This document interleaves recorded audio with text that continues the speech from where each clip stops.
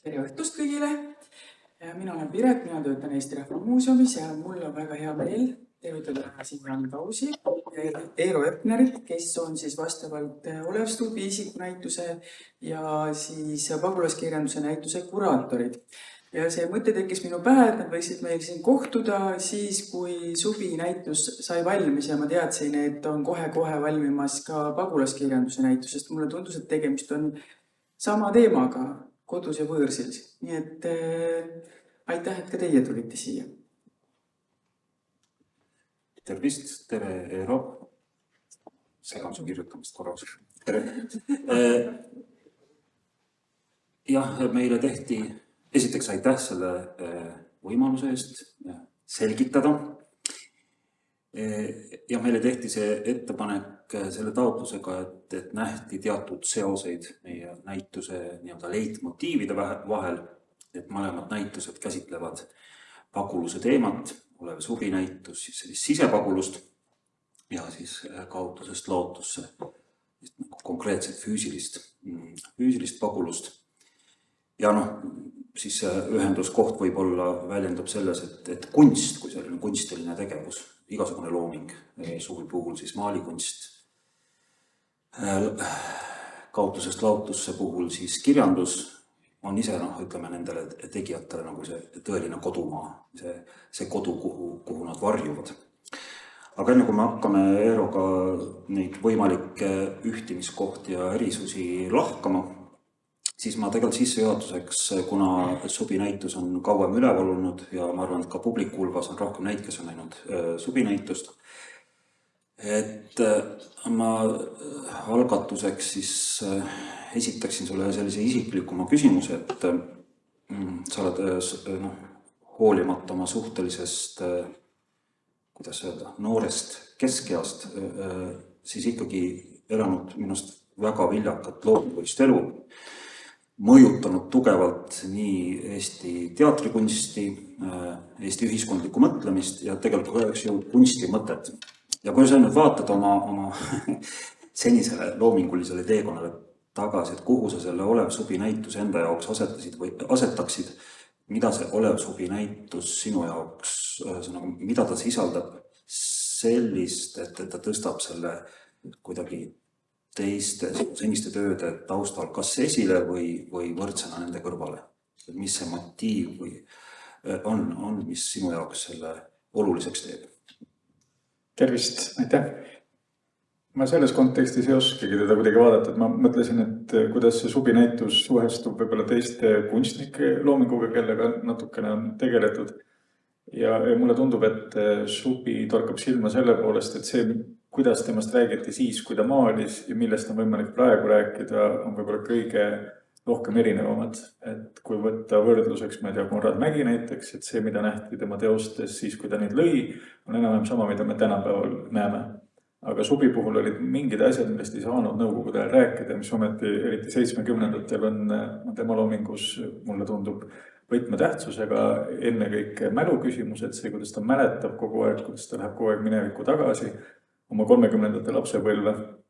Ja see ei ole pelgalt nostalgitsemine, vaid seal on mingisugune programmiline taotlus, mis peegeldus ka tema eraelus, kus ta proovis nii oma maneeride, riietumisega, kõikvõimalike laadidega justkui sealt nõukogude ümbruskonnast ennast välja lõigata. Ja Venn Põldroos ütles tema kohta, et ta proovis enda elu ümber ehitada vanaaegse taluaia ja ka oma loominguga siis ehitada sellise omaette sektori, kus ta siis elas. Ja selline mällu tagasi minek, kuhugi minevikku naasmine, olen ma aru saanud kuulates näiteks oma vanaisa, kes kohe saab 99, et see nõukogude ajal oli üpris levinud praktika. Kui palju seal oli sellist illusoorsust, kui palju see tegelikult, sa ei saa ju, ajamasinad tegelikult ei ole, sa ei saa ajast tagasi minna. Aga see taotlus või igatsus, kus põimuvad nostalgia, romantika, mitte semiootika, vaid sentimentaalsus ja ka poliitika, et see on päris huvitav kooslus.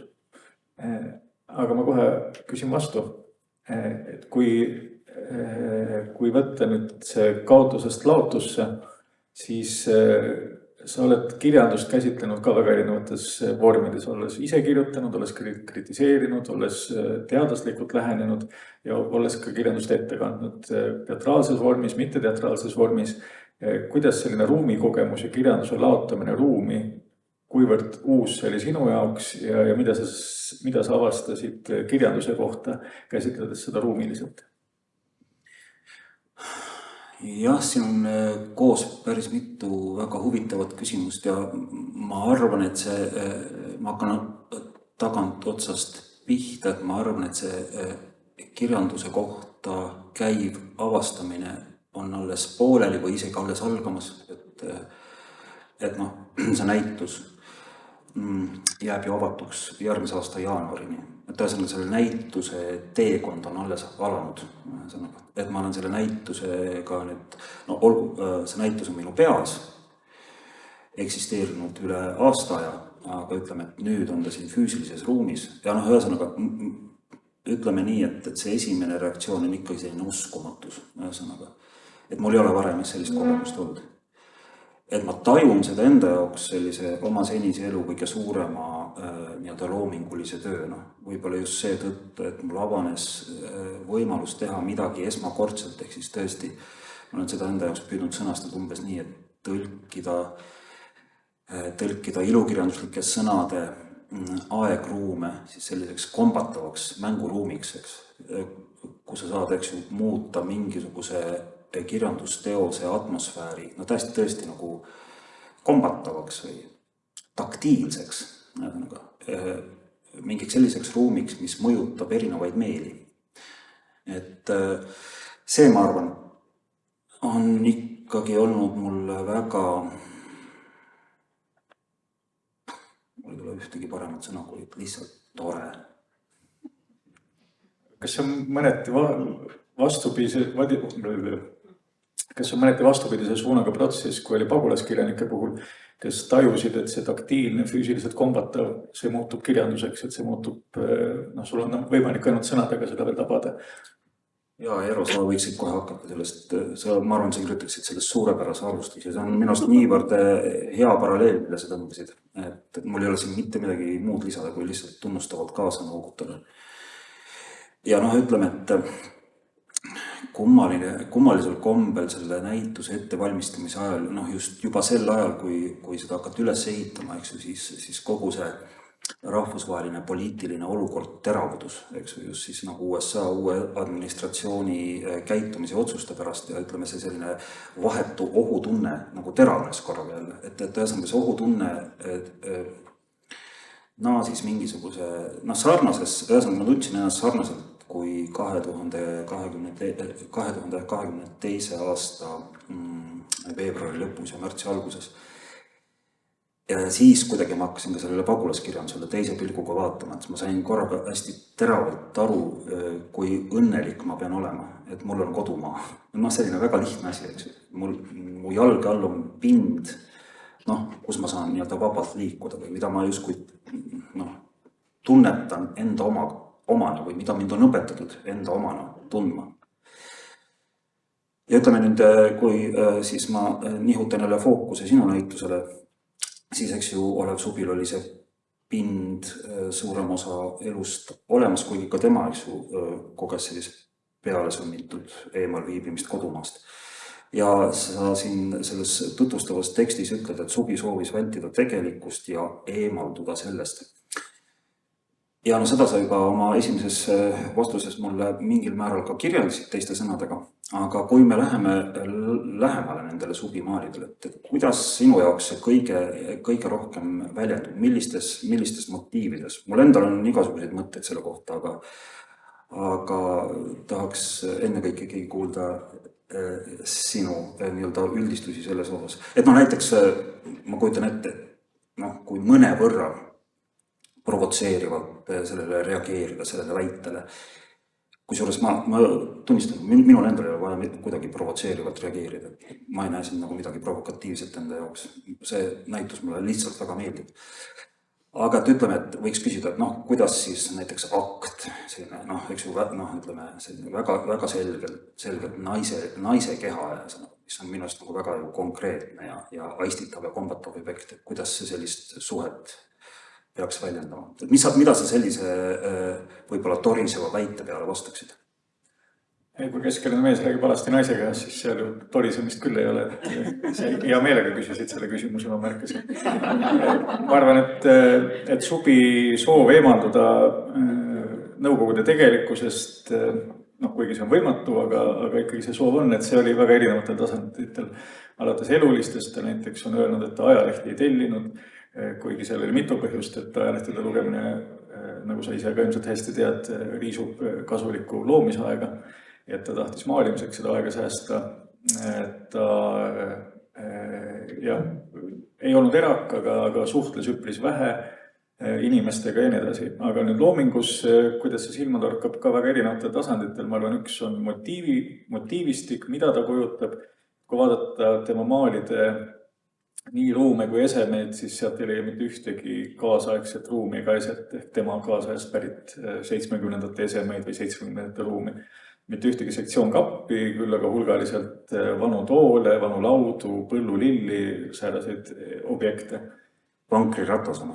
Ja, vankriratas, vahel on vankriratas ka vankri küljes veel, hobused veavad heinokoormaid ja nii edasi. Ja ruumid on ka tajutavalt, küll abstraktsed, aga tajutavalt nad ei kuulu sellesse nõukogude olmesse. Ja nüüd aktide küsimuse puhul üks põhjus, miks Subi üldse hakkas akte maalima, kuigi ta tegi seda juba Siberis olles. Aga üks põhjus oli see, et akt on kunstiajalooline žanr, see on pärit minevikust. Ja ta maalis kõige rohkem akte, rohkem kui keegi teine Eesti kunstis, umbes 80. Ja need moodustasid tema loomingu ühe keskme, mida ka teiste autorite puhul ei saa öelda. Ja üks põhjus oligi see, et see on ka võimalus minna tagasi ajalukku, minna tagasi kunstiajalukku. Ta maalib ka natüürmorte sellel põhjusel, et see on ka üks klassikaline kunstiajalooline žanr.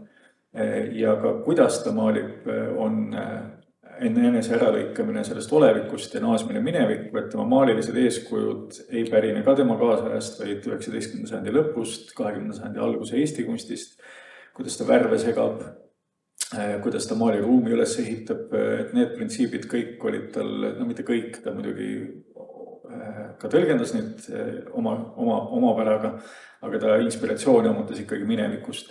Ja lõpuks ka see tehniline teostus, ta maalib väga palju tempere õli segus, ja see on väga keeruline tehniline kombinatsioon, väga vähesed kunstnikud tegid seda, mitte keegi nii programmiliselt. Ja see temperel on, ma nüüd räägin tähtsa näoga, nagu ma teaks midagi sellest, tegelikult tsiteerin siin mõnda kunstnikku. Temperel on väga palju erinevaid vorme, aga tema kasutas ühte sellist üpris vana tehnoloogilist võtet, ta ise valmistas kõik pinnad ette, nagu vanasti käsitöölised tegid. See tempera kuivab väga kiiresti, aga ta on väga kapriisne, ta tõmbab lõuendi, krussi ja nii edasi, aga Subile see kuidagi meeldis isegi, et ta peab selle materjali vastuvanuga võitlema ja et ta kasutab seda iidset tehnoloogiat, iidne 200 aasta vanune. Ja siis seal õlidega teha uued kihid peale, nii et ta on ka öelnud, et tema maalid kestavad ka läbi aja, et nad on ajaloost pärit, nii oma motiivide, tehnoloogiate kui vormistamise poolest ja stiili poolest, aga nad ka kestavad läbi ajaloost. Ja muide, ma ise hakkasin mõtlema, et ma nimetaksin, mul tekkis üks väheke sõnamänguline nimetus Subi kunsti kohta.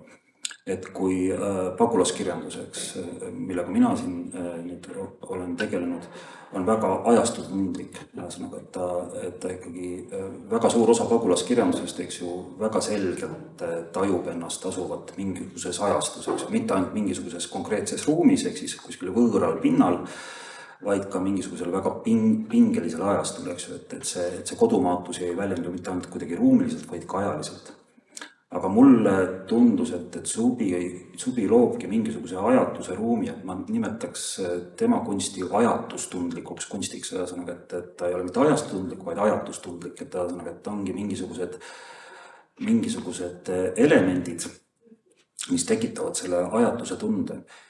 Ja üks asi, mida mina tähele panin ja ma tahaks su käest selle kohta küsida, on see, et selle mingisuguse ajatu paralleelreaalsuse tunde, üks asi, mis minus tekitas selle ajatu paralleelreaalsuse tunde, kus aeg voolab kuidagi nagu aeglasemalt või seisab paigal, on see, et hästi palju nendel maalidel nagu suviseid momente või suviseid värve, et isegi näiteks kui maalid kujutavad sügist või maalil on isegi ütleme september pealkirjaks. Minust seal oli üks maal september, kus siis akt, eks ju, lamab looduses, ühesõnaga, see on väga soe september, see on vananaiste suvi, ühesõnaga. Et seegi on omamoodi paralleelreaalsus, et ühesõnaga, et ta ei loo mitte ainult sellist nagu ühiskondlikku paralleelreaalsust, vaid ka täiesti ontoloogilise paralleelreaalsuse, selliste suvedega Eesti, mida me kõik igatseme ja mis tavaliselt ei tule. Et kuidas sina seda sellist suve läbivat motiivi, kas sa kuidagi pead seda oluliseks ja kui sa pead, et mida see sinu jaoks nii-öelda ütleb või kas ta üldse midagi sinu jaoks ütleb? Jaa, ikka ütleb. Kahel põhjusel mulle tundub, on see huvitav. Esiteks, suvi ei ole üldse ainulaadne siin. Kui vaadata Eesti maalikunsti ajalugu 20. sajandi eriti esimesel poolel, see on lõputu suvi. Sügist harva, talve väga harva, mis see 4. aasta, kevadet natuke sagedamini, aga see on üpris lõputu suvi, kuna Eesti maalikunstnikud keskendusid väga värvile ja me teame, et seal suvel neid värve on rohkem, 2 asemel 3, et siis see on üks põhjus ja suvi tegelikult jätkab ühte traditsiooni, ta ei ole siin sugugi erandlik.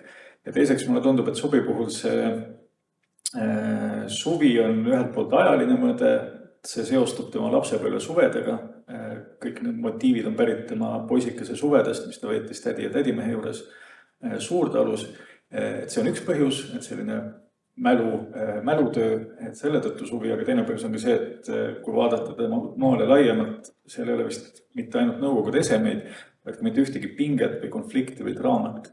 Ta otsib kogu aeg süstemaatiliselt harmooniat, idülli ja sa leiad seda kõige paremini Olematus Eesti suves või selles suves, mis sa arvad, et võiks olla.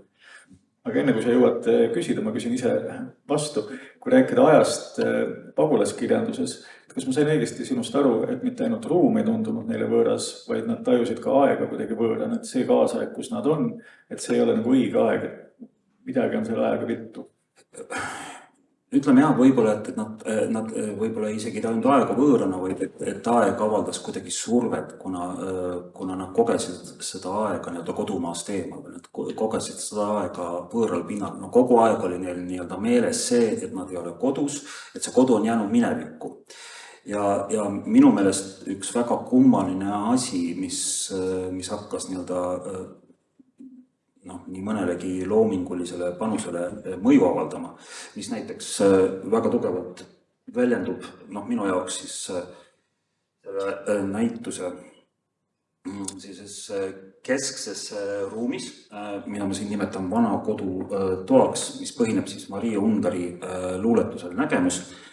Ja selles luuletuses siis Maria Undar nagu unenäolises seisundis nii-öelda unenäo kaudu läheb tagasi kodumaale, läheb tagasi kodupaika, kirjeldab seda väga detailselt. Ja mulle tundubki, et see minevik, kuna see kodumaa kogemus jäi minevikku, siis minevik hakkab varjutama olevikku. Ühesõnaga, et ütleme, kuidas see öelda siis, minevik on mingi vari või mingi loor oleviku kohal. Ja seetõttu ta tekitab mingisuguse pinge, selle igatsuse minna tagasi, aga tagasi minna ei saa, sest see on jäänud kõik kuidagi päästmatult minevikku, nagu me teame, eks ju, nagu teoreetilised füüsikud on meil öelnud, eks ju, et noor on ühesuunaline. Aga paradoks on kuidagi väljendub selles, et mida kaugemale see minevik jääb, seda reaalsemaks ta kuidagi muutub või seda rohkem ta survet avaldab või mida kaugemaks ja ähmasemaks ta muutub, seda kuidagi teravamalt tajutavamaks ta muutub, mingi hästi kummaline paradoks, mis minu meelest ka selles Maria Undari luuletuses väga ilusalt ja filigraanselt väljendub. Ma olen ka just selle sama vana kodu lehekülje lahti võtnud, et kas see tähendab väliseesti kunstnikel, mõtleb paralleelina oli üks selline fenomen, et tahaks küsida, et kas kirjanikel ka, et väliseesti kunstnikud maalisid sageli kodumaa motiive, olles kodumaa teemal olnud 20, 30, isegi 40 aastat. Ja kui nad maalivad neid ruume, Tallinna vanalinna näiteks sageli, siis maalid on väga detailirohked, väga selged, seal ei ole seda hämu, ei ole nii, et mul on mulje, maali vaadates, et kunstnik on mälu järgi midagi meenutanud, aga see kõik vajub kuhugi loori taha. Üks põhjus võib-olla see, et nad maalisid ka fotode järgi, et kõik detailid meeles püsiksid. Aga mulle tundub, et see janu kodumaa järele 30-40 aastat hiljem tõi ka selle detailirikkuse kaasa, et sa kuidagi mäletasid seda erksamalt, mida rohkem aega oli mööda läinud. Kas kirjanduses on ka märgata sarnast? Ja, see motiiv jookseb kindlasti läbi.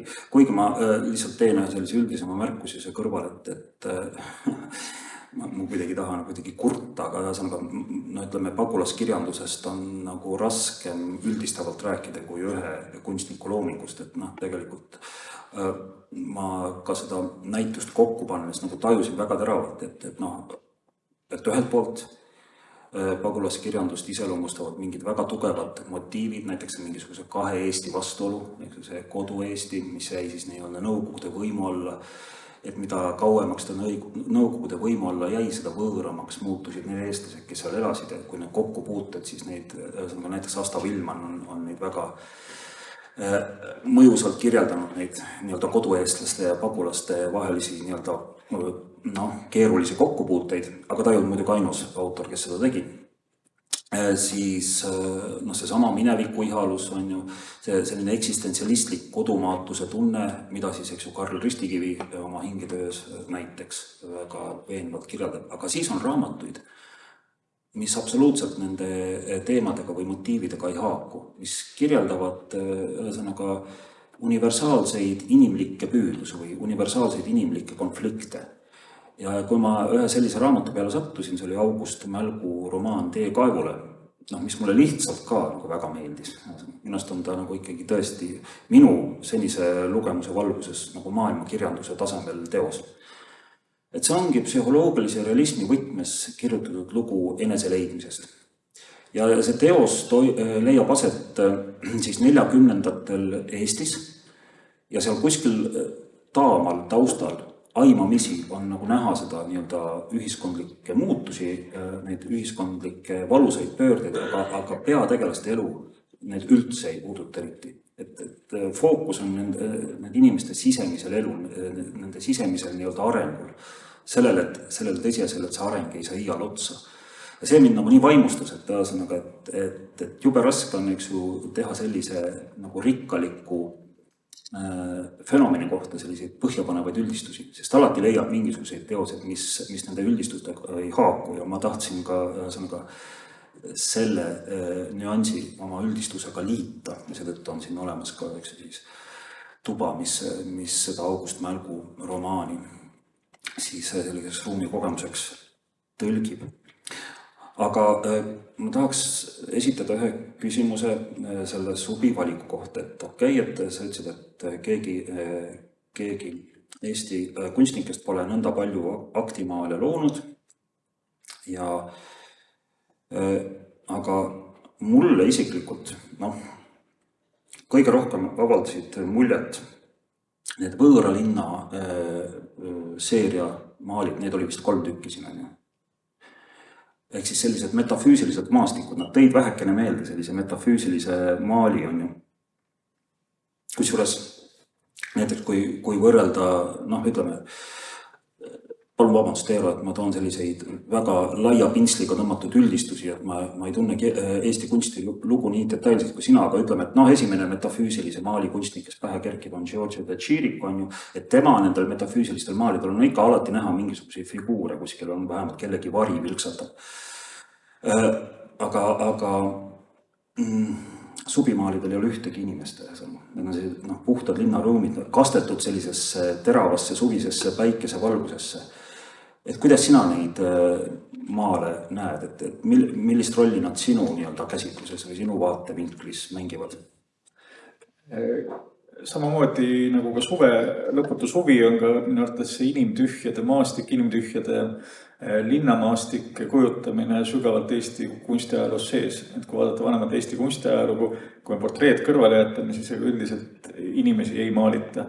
Eriti vähe maalitakse inimrühmi, kes oleksid mingis aktiivses sotsiaalses tegevuses, räägiksid omavahel ja nii edasi. Eks seda olukorda ongi Eesti elus ka raske näha, aga ega ka kunstnikud need ei hakka eraldi sellises stseene looma. Ja võrreldes Soome kunstiga või üldse maailma kunstiajalooga, siis see inimpuudus torkab väga kiiresti silma ja kui inimesed ka lubatakse maaliruumile, siis nad sageli on lihtsalt värvinüansid ilma nägudeta, mingid pintslitõmbed elavdamaks üldist koloriiti, aga mitte psühholoogiliste tahtmistega kangelased. Mis puudutab tema linnaruume, siis need saavad alguse 72. aastal, kui ta käib esimest korda Itaalias ja need linnaruumid jäävad ära tuntavalt lõunamaisteks. Valge maja motiiv, mis on huvitaval kombel miski, mis Eesti nõukogude kunstis väga sageli kordub, ka teised autorid kujutavad, ridamisi autorid maalib valget maja, salapärane valge maja, mis ilmselt ei viita Donald Trumpi elu asemele, vaid on selline abstraktsem valge maja. Midagi vahemerelikku, eks on seal ka ja see on äkki ka seotud selle mineviku heausega. See võib olla seotud ka Itaalia healusega, mis ka on üks Eesti vanema maalikunsti iseloomulikke jooni, et keegi ei maalinud eriti Soomet, Rootsit, Venemaad, Lätit niikuinii, kes seal üldse käib, aga ikkagi Itaalia, Hispaania, need on sellised unelused, nagu ka Douglas omal ajal tahtis ja käis Hispaanias ja Itaalias. Ja hea näide on siin Konrad Mägi, kes tegi Douglase Hispaania reisijuttudel illustratsioonid olemata ise kunagi Hispaanias käinud, aga igatsus oli nii suur, et fantaasia korvas reaalsuse puudujäägid. Et need metafüüsilised linnaruumid ilma inimesteta, ma arvan, ka on igatsuslikud, aga nad on nüüd abstraktsemad. Et nad ei viita tagasi 30-ndatele, Eestile ja kõigile sellele, vaid mingi laiem igatsuslik mõõde. Ja mis subiloomingus huvitaval kombel ka juhtub, veel üks igatsuslik motiiv on see lõputu silmapiir, laiad lagendikud, mida ta olevat ka seal lapsepõlve suvedel Suurtalus kogenud, aga kui Eesti saab iseseisvaks, siis need mälufragmendid kaovad ära. Et kui on võimalus mäletada, lubatud mäletada, kõik mäletavad, kõik tegelevad mälutööga, siis subi läheb üleüldiseks, hakkab rääkima üleüldiselt igatsemisest, tulevad need linnamotiivid sisse, kõik need mannergud, lehmad, vankrirattad kaovad ära. Et kui sul on keelatud mäletada, sa mäletad, kui sul on lubatud mäletada, siis sa enam ei mäleta. Et see on päris huvitav tendents, et ma ei tea, kas väliseesti autorid ei jõudnud seda hetke ilmselt ära oodata, kus nende mäletamine oleks saanud olla kuidagi teistmoodi kui välismaal olles mäletada. Nojah, see Pagulus sai ju sedasi otsa, et ütleme siin, et tagumise põlvkonna pagulaskirjanikud, eks ju, sulandusid Eesti kirjandusse tagasi, näiteks Helga Nõu ja Enn Nõu näiteks, et jah, ma ausalt öelda isegi ei tea, et kuidas see nende psühholoogile mõjus, et muidugi minu jaoks oli loomulikult oluline selle näituse tegemise käigus see tõsiasi, et Pagulus on läbi, et Pagulus vähemalt praegu, eks ju, on Eesti elu kontekstis puhtalt minevikuline, kuulub minevikku, et see on läbi.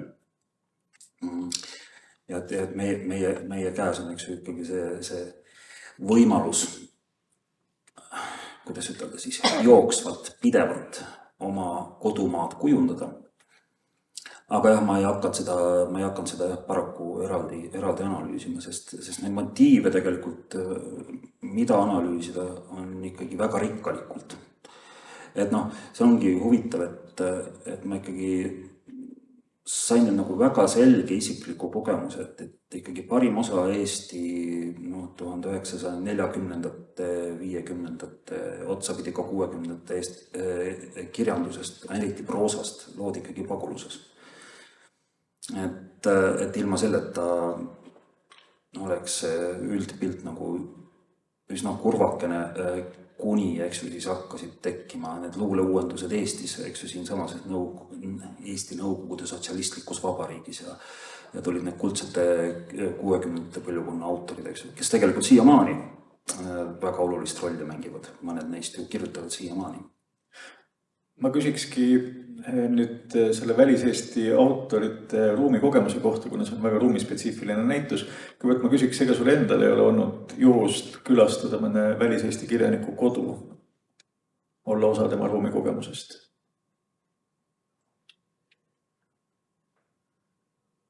Ei, vist mitte, ei tule meelde. Kusjuures, ühesõnaga ma saan aru, et ma nüüd pakun sulle väga sellise niru vastuse, mul ei ole midagi head sellele muud vastata, kui et kui ma esimest korda elus välismaal käisin, siis ma käisin Stockholmis, siis esimene koht, kuhu ma läksin, oli August Strindbergi kortermuuseum. Tema ei ole ju eestlane. Ja, kusjuures, ja ei olnud ka pagulane. Kuigi talle meeldis väga Euroopas ringi reisida.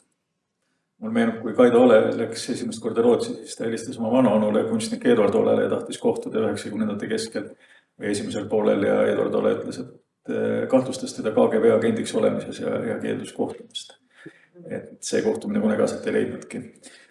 Kuule, aga kas sa saad anda ka mingisuguse, kindlasti saad, kas küsimus on tarbetu antud juhul, et palun anna siis oma mingi nägemus ja käsitlus sellest, et miks liikus subi nii-öelda sellest, olgugi sellisest paralleelreaalsuse kujutamisest, aga ikkagi selle paralleelreaalsuse realistlikust kujutamisest abstraktsionismi, et mis arvad, mis teda ajendas?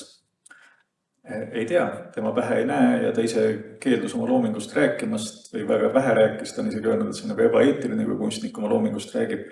Aga ma hakkasin mõtlema selle taustal, mida sina ütlesid, et pagulus on läbi või pagulaskirjandus on läbi. Et mõnes mõttes ju pagulasi on endiselt, lihtsalt see ei ole enam sunnitud pagulus. Või kui see on sunnitud, siis mitte nii dramaatilisel kombel. Tead, vist isegi on nii, et nad ei ole ka enam pagulaseestlased, vaid nad on väliseestlased. Jah, ongi teine asi, pagulus on ikkagi peale sunnitud. Ja et mis juhtub siis mäluga, kui sa oled välismaal kas sunniviisiliselt või vabatahtlikult, mis on paralleel natukene sellega, et mis subi mäletamisega juhtub siis, kui ta sunniviisiliselt ei tohi mäletada või siis, kui tal on vabadus mäletada. Et kui tuleb mingi sundus või keeld, siis kunstniku või ma arvan üldse inimeste loomuses on tegutseda selle vastu. Et kui sa tunned, et midagi väga olulist võetakse sinult ära, siis seda intensiivsemalt sa tegeled näiteks mäletamisega. Ja kui seda ohtu ei ole, seda hirmu ei ole, siis lased jalagaasipedalid valla ja hakkad tegelema abstraktsionismiga. Et võib-olla ka pagulaskirjanduses, kui rääkida sellest ruumikogemusest, et kas neil ei olnud ju keeldu mäletada neid ruume, aga kas nad siis tajusid, ma ei tea, ajakeeldu, et aeg läheb üha kiiremini edasi ja üha vähem on neil võimalust mäletada seda, mis on olnud. Kas mingi pingeseisund on ka ju tajutud? Ja ma arvan, et see pingeseisund ongi vastupidine, et neil ei olnud keeldu mäletada. Neil ei olnud, eks ju, absoluutselt keeldu, aga keelu asemel oli sisemine sund sõnaga mäletada. See sund, ma arvan, lihtsalt kasvas. See mingisugune sisemine paine kasvas. Paine mäletada. Sest see mäletamine ise oli nagu omal moel kodumaa tunde aseaine, eks ju. Et see oli see ainus koht, kus kodumaa võis säilida, oli inimese enda hing ja inimese enda mäletamise võime. Ja kirjandus oli selle mäletamisvõime teatud laadi pikendus. Aga loomulikult mitte ainult seda. Sest kui me jälle võtame selle kõige tuntuma pagulaskirjanduse teose, eks ju, Karl Üstrikivi Hingetööd, siis see ju tegelikult just räägib sellest pidetuse tundest, sellisest üleüldisest pidetuse tundest ja loob sellise väga tingliku ja samas väga kombatava reaalse ruumi. Aga näiteks siin see näitus esimene ruum, mis põhineb siis Arvede Viirlaiu romaanil Ristideta hauad, on ju just selline kangekaelne, jonnakas, raevukas katse püstitada sõnadest mälestusmärk sellele, mis Eesti rahvaga juhtus 1944. aastal, mida Eesti rahvaga tehti, milliseid kannatusi tuli läbi elada. Et kui ma mäletan, kui ma Viirlaiu seda romaani esimest korda lugesin, siis see oli mingi ikkagi täiesti selline, ma ei tea, macholik kõlab nagu vale, aga mingi hästi võimas mehelik jõud, millega see raamat oli kirja pandud. Et ma kirjutangi südameverega, ma kirjutan südameverega ja samas selliste krigisevate hammastega, et peaaegu nagu taoks mingisuguseid käsulaudu paberile. Et see lugemiskogemus ise on juba selline hästi selline kuidagi tugev, et peaaegu nagu füüsiline pingutus, et sa elad nendel inimestele nii kaasa ja sa tead, et neil ei lähe hästi. Sa tead, et neil ei lähe hästi, et kõik hävib. Aga see mingisugune jonnakus, et mulle tundub, et see selline vajadus luua raamatukujuline mälestusmärk, et näiteks see Arvid Viirlani romaan seda väga hästi nii-öelda kehastab, seda katset luua mälestusmärk meie rahva kannatustele. Ja puht, ma arvan, kuidagi, kui vaadata lihtsalt kirjanduslikust aspektist, siis see ka tal õnnestus. Mis puudutab keelt, kas sulle tundub, et väliseesti autorid, nad hoidsid ka teadlikult seda keelt alles, et keel oli ka mälumasin, et mingid vanamoodsad keelendid, Eesti-aegne keel, et kas see oli juhtumisi või see oli ka taotluslik, oli see kuidagi kollektiivne taotlus, hoiame keelt puutumatuna? Jah, ma arvangi, et mitte ainult mäletamisvõime ei olnud kodumaa, vaid ütleme ka keel oli see kodumaa. Ja ma arvan, et võib-olla siis mäletamisvõime oligi siis, ütleme, see selline, ta tekkis selle keelevõime pinnalt, et keel oli see pinnas, mille põhjal sai üldse mäletamine võimalikuks. Ja näiteks, kui vaadata Kalju Lepiku luulet, on ju, et siis jah, see keeletundlikkus ka ikkagi hämmastab. Ja näiteks, miks ma tahtsin lõpetada selle näituse Ilmar Laabani loominguga, sest lihtsalt see tõttu, et mulle tundub, et Laaban lihtsalt ta kuidagi, see tema selline vabaduse-iha või vabaduse tunne, ta muutiski selle tegelikult mingisuguseks isikupäraseks kordumatuks keeletajuks. Ta pani keele talle ainuomaselt tantsima. Ta leidis keelest mingisugused sellised veidrused ja kõlad ja seosed on ju, mis mõjusid kuidagi või mis mõjuvad siiamaani kordumatult, sügavalt isikupäraselt. Ja samas, eks ju, rikastavad üldist eesti keelt. Et näiteks mäletan, kui ma noorest peast Laabanit lugesin, eks, ma arvan, paljud teist on lugenud, tal on üks selline aforism, et sure, matus, hüüumärk, eks, surematus, ühesõnaga, lihtsalt ühe koma lisamisega, ühe hüüumärgi lisamisega, ta üks sõna lööb nagu lehvik lahti. Et ma tahtsingi sellise mingisuguse universaalse sellise eesti keele tundega seda näitust lõpetada. Et see eesti keel on tegelikult pagulaste ja siin elavate eestlaste see jagatud kodumaa. Ma olen ka mõelnud seda, et mis teeb eestlastest eestlased. Et võib vaadata, et okei, et on mingisugune selline geneetiline kood, mis iseloomustab ainult eestlasi, aga mina ei suudaks või ei oskaks sealt eestlust otsida. Ainus koht, kust ma oskan eestlust otsida, on meie keel, eks. Mitte ainult need sõnad on ju, ja mitte ainult sõnade kõlad on ju, mitte ainult see, et kui tihedalt mingeid vokaale meie keeles esineb, vaid ka kõik fraseologismid, kõik kõnekäänud on ju. Näiteks, et ma muidugi ei tea, eks see hakkab ka lagunema, aga ütleme, et see ühine kultuuritaju on ju olemas keeles, eks ju, et kui, ma ei tea, ütelda kellelegi, et kuidas, ma ei tea, mis näite tuua, lambad konsumeerisid meie apellatsiooni, eks ju, et kõik saavad, eks ju, aru, mitte kõik, aga väga paljudel tekib see seos, aga kui sa püüad seda nüüd otse inglise keelde tõlkida, et sheep, ühesõnaga, siis inglasele ei ütle või ameeriklasele ei ütle midagi, sest tal puudub, eks ju, see seos. Ja mulle tundub, et see tõeline jagatud kodumaa ei asugi meil mitte kusagil muus kohas kui ainult või enne kõike keeles. Ja muidugi nüüd öeldes seda kirjanikuna, eks ju, inimesele, kes tegeleb kujutava kunstiga, siis ma kohe taganen, ütlen, mitte ainult keeles, aga väga suuresti ikkagi keeles. Mulle meenub näiteks, oli kunagi vaja, oli üks lavastus, kus esitati väga palju Juhan Liivi luulet ja seda oli vaja välismaal mängida ja siis tõlgiti Juhan Liivi luule inglise keelde ja see ei kõlanud mitte kuidagi. Lumehelbeke tasa, snowflake, still, mis asi see on nagu laste luuletus või hullem veel. Aga ma küsin ruumide kohta, et sinu näitus või teie näitus on nii keeleline kui ruumiline. Kas mul oleks kaks küsimust, et mida see ruum siis sümboliseeris väliseestlaste jaoks, mitte eestlust, kas kodumaad, kodu või mida ruum nende jaoks tähendas ja teiseks, mis on väga võlu selle näituse puhul, et need on pealtnäha üpris argised ruumid, et sa ei käsitle seda väliseestlase ruumitaju kuidagi pateetiliselt kodumaa, kõik nii edasi. Mida väliseestlase ruumitaju tähendas? Kui mõelda ekslemise peale, siis võiks ju mõelda kujundina, et inimene suures kõrbes, mingeid kontuure ei ole, mingeid koordinaate ei ole. Aga siin on väga selged olmelised ruumid, võiksid olla tuttavad, võiksid olla kodused, algul võõras, aga harju ära, et midagi hullu ju ei ole ja Rootsi maitse, Eesti maitsega nad nii erinevad ka ei ole, et sa ei tohiks ennast nii võõrana tunda. Milline see väliseestlase ruumitaju seal Rootsis näiteks oli?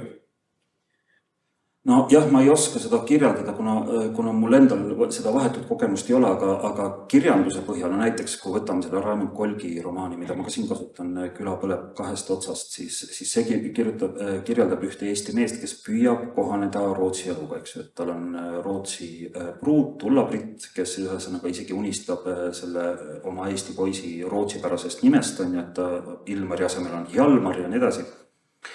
Ja see on minust nagu väga, ütleme, Raimond Kolk oli väga selline terav irooniline autor, et kuidagi väga teravalt irooniliselt kujutab selle Ilmari tulutuid katseid, ühesõnaga see võõras pind enda omaks teha, eks ju.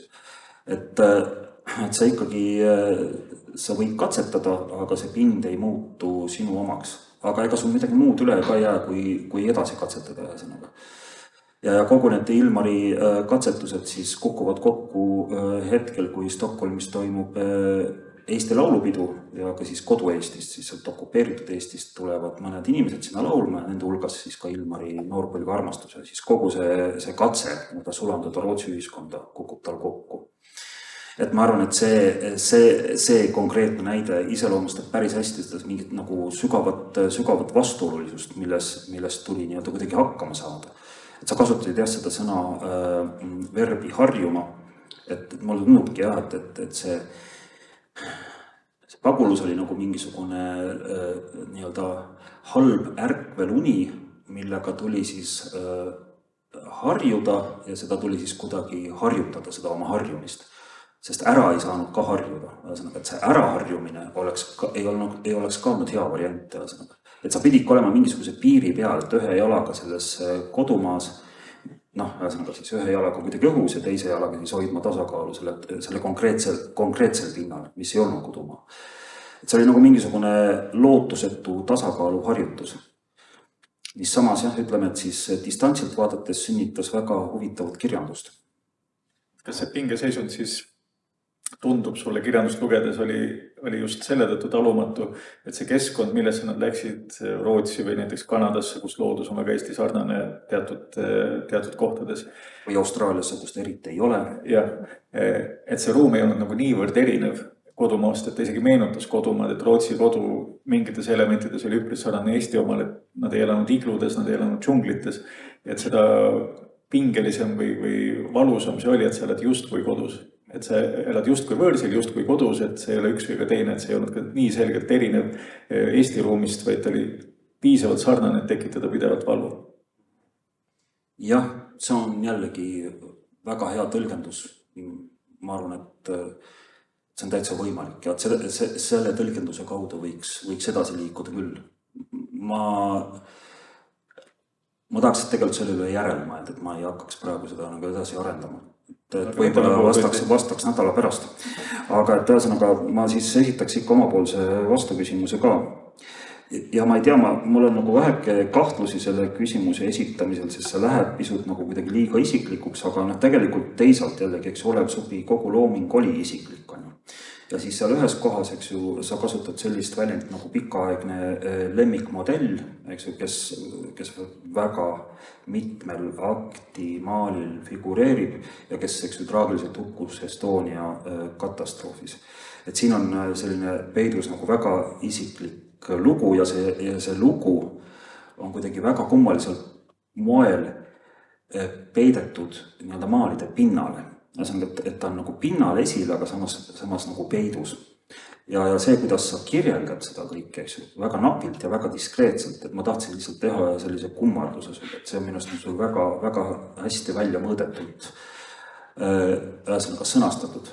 Et kas sa tahaksid oma poolt veel midagi lisada või lihtsalt võtab komplimendi vastu ja liigume edasi? Ei võta, anna tagasi, sellepärast, et see diskreetsus ei olnud nüüd mingi eriline minu saavutus, vaid sellest modellist temast ongi teada äärmiselt vähe.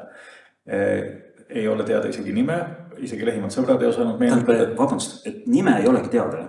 Kindlasti kellelgi on, aga sinul ei ole? Minul ei ole. Ja vabandust, ma tõlgendasin nii, et sa olid nagu diskreetne, et ei tahtnud öelda.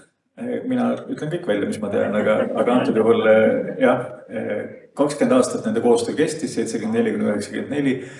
Mõned lähemad sõbrad võib-olla ka teadsid, aga see isiklikkus Subi puhul mulle tundub, et sellega on sama nagu väliseestlastel ruumiga.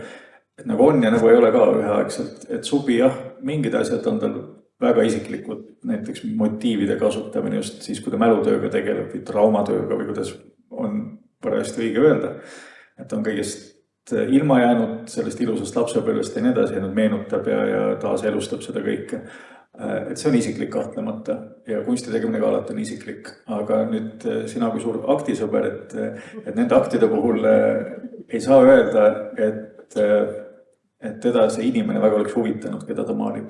Inimene on ka tema maalidel modell, nii mõnelgi maalil on ta pea ära keeranud üldse, me ei näe ta nägu, me ei näe ta silmi või siis kui nägu on näha, on natuke kuidagi udustatult maalitud ja põhjus, miks ta töötas ühe modelliga koos 20 aastat, ma arvan, ei olnud see, et nad oleksid suured sõbrad olnud või et nende vahel oleks midagi enamat olnud. Naisterahvas nii palju on teada, nagu ikka naisterahvaste kohta, et ta oli abielus ja ta oli abikaasale abielludes öelnud, et tulen sulle naiseks siis, kui ühel tingimusel, kui ma tohin Subi juures edasi poseerimas käia.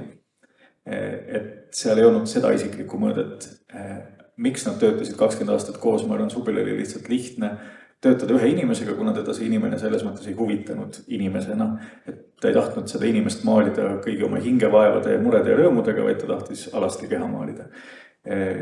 Mis ei ole kõige kaasaegsem lähenemine ja nii edasi, aga ma ei tea, kas me nüüd keskealiste meestena peaksime sinna minema. Sa teed mulle liiga, ma olen sulle esitanud ainult 2 küsimust aktide kohta ja praegu ma libiseb siia sisse, ikka jälle tajun.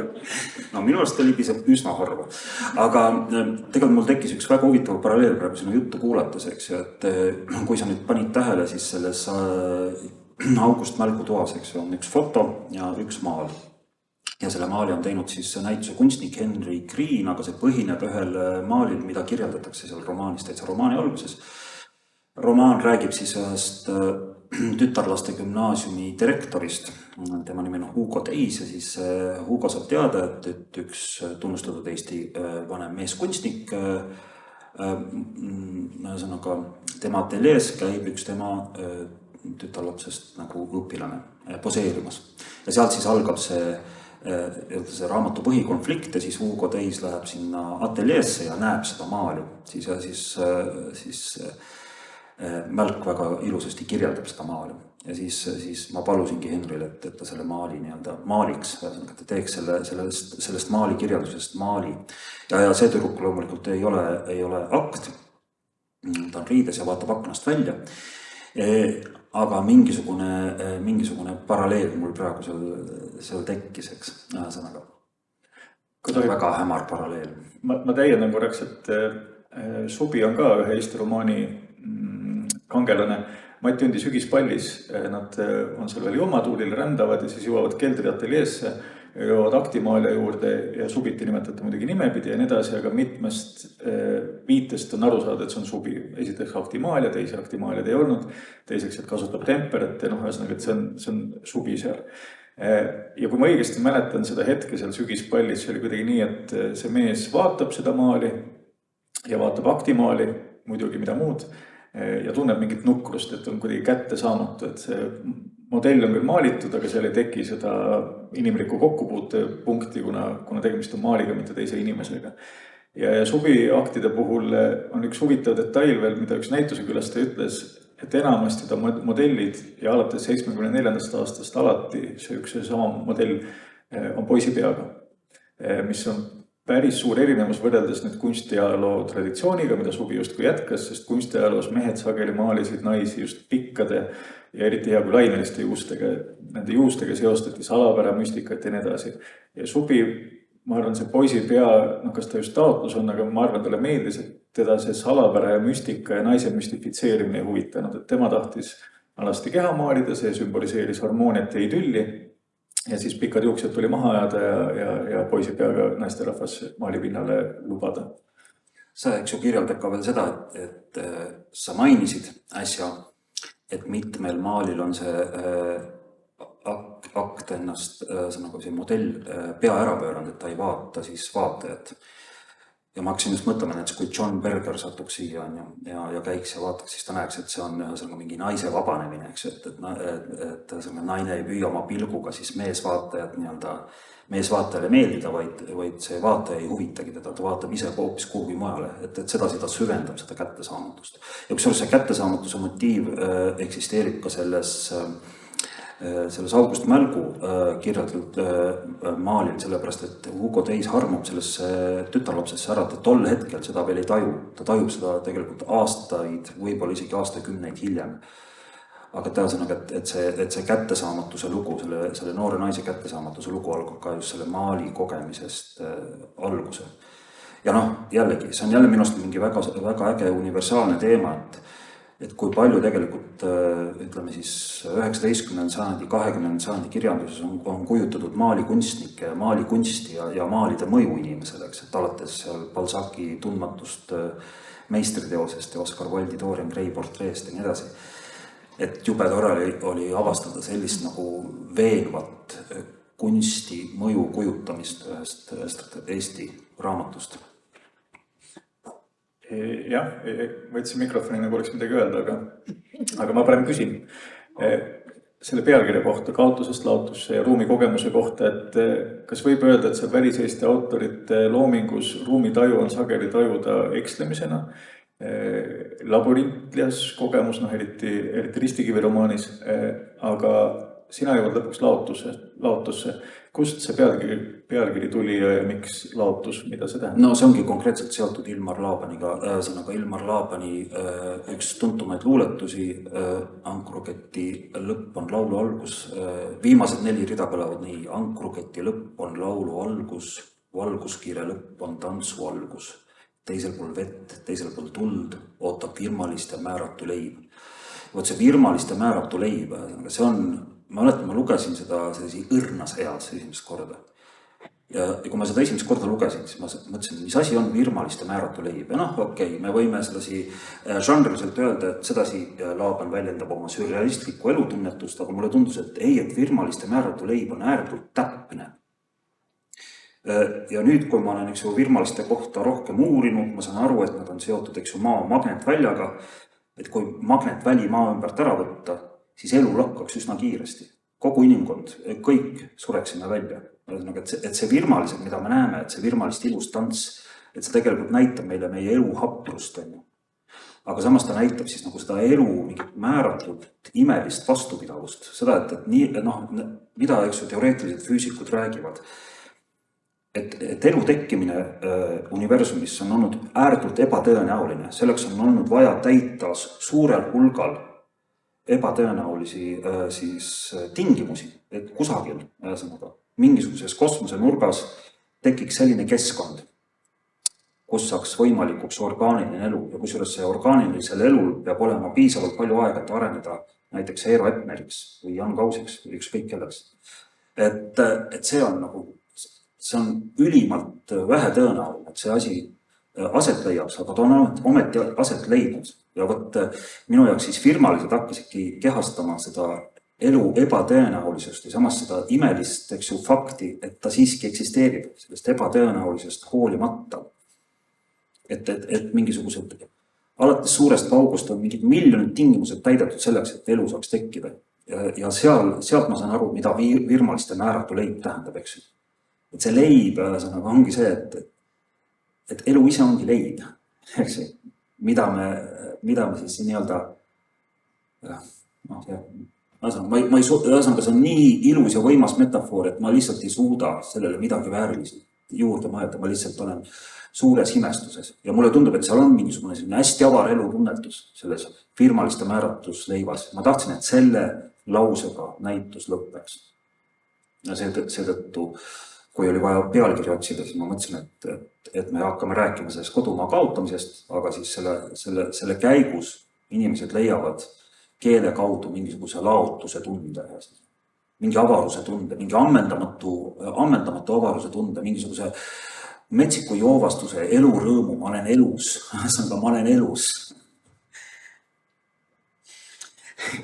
Kas publikul on küsimus? Minul üks on, et kas selle Laabani tsitaadiga ja laotuse tundega ja vabanemisega, kas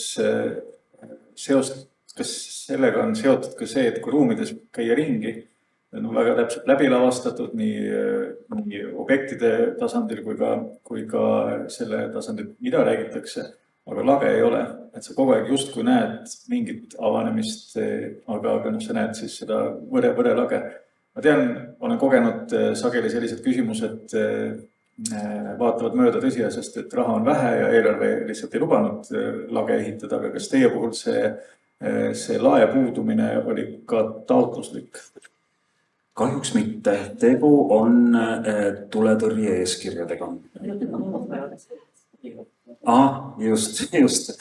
Et mina kohe alguses tahtsin, et oleks ka laed kinni ja siis öelda, et seda ei saa.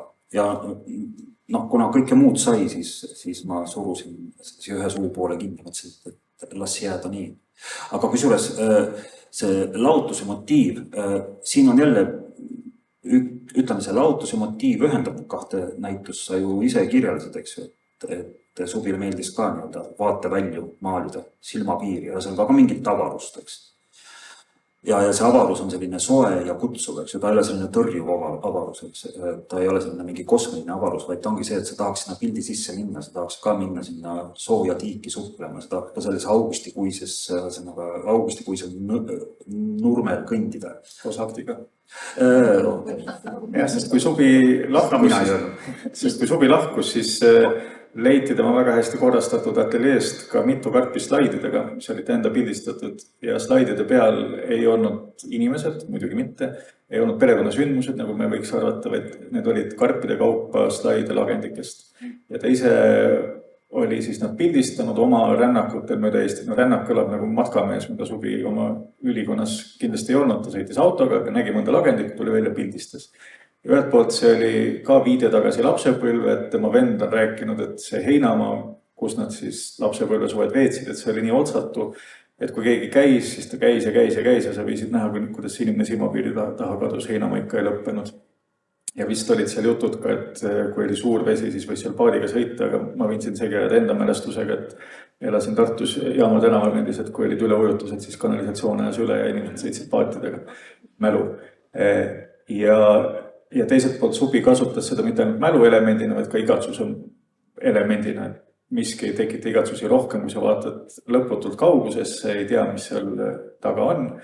Ja ta kasutas neid slaide kindlasti ka maalide loomisel, aga jah, see lagendiku ja lõputu horisondi teema on tal kindlasti olemas ja ma arvan, et see ka kuidagi, et kui väliseesti autorid tunnevad ennast üpris klaustrofoobiliselt ja samas nad võiksid minna mere äärde, võiksid minna teise riiki, paljud väliseesti kunstnikud tegid seda ja võivad minna sinna horisondi taha, aga see ängistus ja pinge jääb, siis Subi ainult nägi seda horisonti, ta ei saanud eriti kuhugi minna, kuigi mis ma räägin, käis Itaalias, aga ikkagi see oli väga piiratud, aga see mingi seesmine vabadus võis olla teistsugune või kas just suurem, aga seda pinget tal vist ei olnud seda klaustrofoobilist tunnet nagu väliseesti autoritel.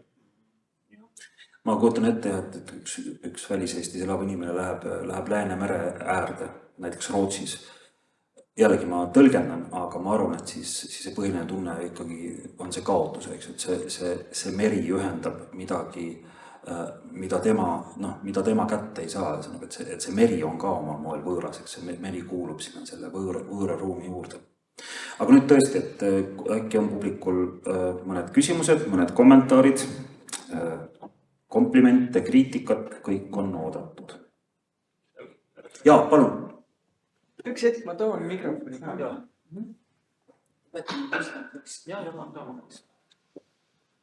Natuke täienduseks eestlaseks olemisest ja siis läänes ja siis siin. Et mis oli esimene põnev tähelepanek Laabaniga oli suur õnn käia Stockholmi kõik kodud läbi ja siis seal tekkis selline huvitav kunstisümpoos. Kõikides kodudes olid seinad maast laeni täis Eesti kunstnikke ja muidugi Rootsis töötavaid töid, kui ka siis Lundert Wasserit ja Dali graafikat ja niisugust asja, nii et nendel olid siis need reisud nagu siis kompensatoorsed. olid nagu mälusse toodud siis niisugused Euroopa sõidud, aga tingimata oli ka siis Eesti kunst. Ja seal oli muidugi, kõik me teame, Ameerika ja ühest küljest raamaturiiulid ka, kui vaatasid, siis oli kõik ortopeedi raamatud ilusti kõigil olemas ja siis muidugi isegi vaga pidi kindlasti olema, kunsti ajalugu ja need asjad kõik olid kõigil ühtemoodi, nii et need olid täiesti väga põnevad. Aga mis nüüd eestlaseks olemisest hilisemast ajast, see jutt oli 88. aastast kuni siis Laabani surmani, aga mis ma sain Rootsis olla tal külas, aga põnev oli siis, kui Eesti sai vabaks ja oli vaja minna Brüsselisse tööle. Ja Maluste läks siit, parasjagu töötas siuke legend galerii ülikooli vastas, seal oli keldris, ostis galerii tühjaks kaasa endaga. Nii et siis tekkis jälle tohutu vajadus kohe mingisuguse enda identiteedi hoidmiseks või et see toeks, siis olemise toeks. Nii et jah, siukene märkus oli päris huvitav. Vast teile ka. Ja see, kuidas väliseesti kodudes, mis funktsiooni kunst mängis, on omaette huvitav teema, et olen sattunud mõnesse väliseesti kodusse ja need on olnud nagu ajamasinad. Mõned aastad tagasi Toronto linnas läksime ühtedel vanahärradele külla ja siis neil olid Eesti-aegsed autorid seal, Jaan Koorti üks maal, Adamson Eerik, Jan Grünberg ja nii edasi, ja need olid Eestist kaasa toodud. Ja siis üldse see teema, et kui palju mitte ainult väliseesti autorite töid rippus väliseestlaste kodudes, aga Eestist kaasa võetud maale. Et see on hämmastav, eriti kui arvestada seda põgenemise situatsiooni, mis oli kiiruga, dramaatiline, paadid olid väikesed, asju visati ära randa, sest sa ei saanud neid kaasa võtta, ülivähe asju saad kaasa võtta. Ja tegelikult 10 maale võeti kaasa, et nende väga väheste eluliselt tähtsate asjade seas olid korrad mägimaale on tulnud välja siit Austraaliast, Rootsist, Kanadast, üle kogu maailma, aga ka teiste autorite omi ja neid on tõesti 10. Et mida see kunstiteos tollal tähendas, sest need maalid ei kujutanud tingimata Eestit, nad ei kujutanud tingimata kodukanti, vaid võisid ka olla ka mingid modernistlikud kujutised Pariisist ja ometi see võeti kaasa ja need tööd rippusid kuskil Uppsalas aastakümneid inimeste seintel. Et see maali muutumine mäluobjektiks on väga huvitav ja teiselt poolt ma arvan meie jaoks hoomamatu, et meie jaoks ei kunagi hakka midagi säärast tähendama. Et sa olid, ma ei tea, Göteborgis õhtul istusid oma köögis ja vaatasid Jan Grünbergi maali ja see tähendas sulle kodumaad, kõike koduseina ja nii edasi. Nii, kas on veel küsimusi?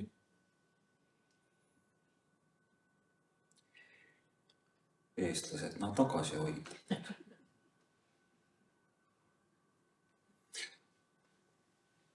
Ma küsiks, kuna ma olen ise kunstnäitustel käia ja mulle pallaslaste kunst väga meeldib, siis ma küsiks, et väliseestis või väliseestlased on ju ka oma ajutisel kodumaal palju kunsti loonud. Kas see on ka nende tööde väljapanek kunagi tulemas? Sellega on keeruline küsimus, et Kumu kunstimuuseumis oli 10-15 aastat tagasi üks näitus, aga Jan, parandagu ma eksin, mulle tundub väliseesti kirjandus ei ole ka veel ikkagi kuidagi inkorporeeritud Eesti kirjanduslukku, et ta ei ole veel, ta ei ole nagu orgaaniline osa, ta kuidagi vaadatakse ikkagi natukene võõrana. See on ju huvitav, et näiteks Juhan Smuul, eks ju, kes ju mõjutas väga palju seda 40.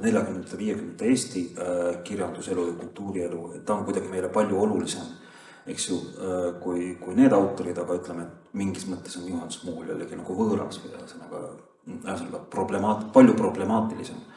Et see elutunnetus, mida pagulaskirjanikud kannavad, et see minust nagu Eesti lugejale oleks palju kergemini ligipääsetav, et seal ei ole seda mingit ideoloogilist koormat, see on eks nagu lihtne inimlik valu, mis samas põhineb, eks ju, kodutundel, eks ju, et see valu tekib nagu kodu kaotusest ühesõnaga. Ja kuna Eesti lähiajalugu on kodu kaotustest tulvil, mitte nagu paguluse kaudu, eks ju, vaid ka küüditamiste kaudu, ja kõige selle lähiajaloo kõige keerulisemate sündmuste kaudu, siis mulle tundub, et seal on ikkagi jah, see potentsiaal, et pagulaskirjandust avastada või taasavastada või veel rohkem avastada, et see potentsiaal on väga suur. Jah, aga ma ei ole kindel, kas see Välis-Eesti kunsti puhul päris kehtib, et on autorid, kes alustasid juba Eestis ja siis läksid välismaale ja seal jätkasid ja siis on järgmine põlvkond kunstnikke, kes seal juba alustas töötamist. Ja see on väga subjektiivne ettevaatamatu öelda, aga mulle tundub, et vähemalt need autorid, kes maalisid Eestis ja siis maalisid välismaal, nad ei olnud enam päris nii head. Jällegi väga subjektiivne ja kõik nii edasi. Aga kui vaadata näiteks Erik Haameri loomingut, muidugi oli suurepärane kunstnik elu lõpuni, aga seda eksistentsiaalset üldistust, mida ta Eestis suurtel maalidel tegi, seda nagu ei tule enam. Seal on isegi samad teemad natukene, aga ta hakkab palju rohkem kommenteerima seda ümbritsevat argipäeva, muutub palju kuidagi lustakamaks, lõbusamaks ja nii edasi, aga ka pealiskaudsemaks. Ja sama võib öelda veel mitmete autorite kohta, et see vabas maailmas elamine, sa võid ka maalida ükskõik mida, Eestis olid igasugused piirangud peal, aga teistpidi see tõmbas ikkagi ka vaiba alt ära, et ei olnud enam päris see, mis nad Eestis olid. Et ma ei suuda praegu näha, et Välis-Eesti kunsti vastu väga palju huvi hakataks tundma, aga selle üks põhjus on ka see, et üldse on neid uurijaid, kes tegeleksid 20. sajandi esimese 2/3, et neid on üpris vähe ja järjest vähemaks jääb. Nii, nagu eestlased ütlevad, 3 on kohtuseadus, kas saame ka 3. küsimuse, siis rohkem publikult ei painaks. Enne me ei lahku kui 3. küsimus. Jaa, tuleb.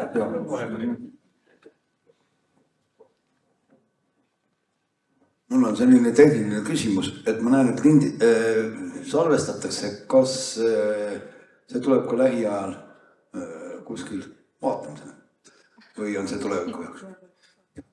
Sellele küsimusele vastan siis mina, et esiotsa me teeme selle salvestuse Eesti Rahva Muuseumi tarbeks ja kui me jõuame kokkuleppele härrade kuraatoritega, siis me üht-teist paneme siis ka oma sotsmeediasse ülesse. Me arutame. Ma tahtsin ütelda, et loodetavasti on siiski Eestis nii mõistlikke kunstiteadlasi, kes ei jäta märkamata Enno Hallekit. Jah, Enno Hallek oli üks kunstnik, kes Eestis, tema puhul seda veelahet ei ole, erinevalt näiteks Erik Haamerist või Endel Kõksist ja veel mõnest kunstnikust, et tema lõi ka rahvusvaheliselt nii-öelda läbi.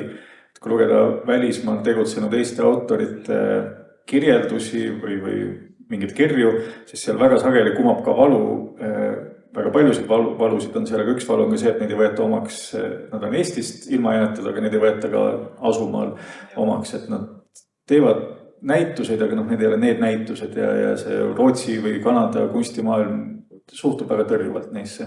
Ja Enno Hallek on autor, kes suurepäraselt suutis ületada need barjäärid ja ei saa öelda, et võeti omaks, et see kõlab nagu kodustamisprotsess, aga keda tunnustati võrdväärse kunstnikuna. Ja kirjanduses oli see sama asi, et need barjääre oli neil väga raske ületada, näiteks Arvet Viirlaid ise, laskis oma raamatuid tõlkida,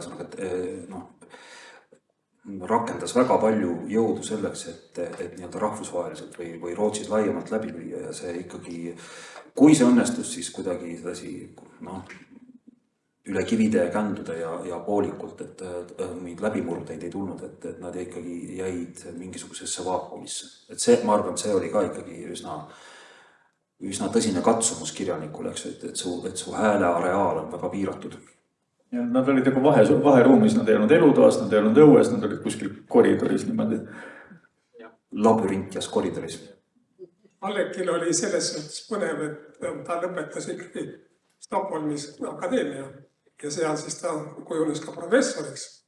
Ja nüüd ma räägin ühe naljaloo, kuidas Jaani isa Ilmar käis 66. vist käis Stockholmis ja siis nendel oli ka siis seal kunstiakadeemial oli oma polkboat ja siis nad kihutasid sellega vabasse vette, nii et Saaremaa paistis. Ja muidugi siis see koduigatsus oli nii oluline, et ta käis aeg-ajalt Aleksis vaatamas Saaremaad niimoodi või Hiiumaad ja võib-olla küll, et seal on Eesti. ja meil on võimalus kas või homme vabalt Saaremaale ja Hiiumaale sõita ja see on selline enesestmõistetavus, mille peale me ei mõtle, aga mina näiteks loodan, et see näitus paneb meid selle peale rohkem mõtlema, et me tunneks õnnelikkust nende enesestmõistetavuste üle, mis meie käes on ja mida me sageli tähele ei pane, mida me ei oska hinnata, nii kaua kuni nad on. Ühesõnaga, meie käes, mitte käeulatusest väljas. meie olemise määratu leib. Just. Suur tänu! Aitäh!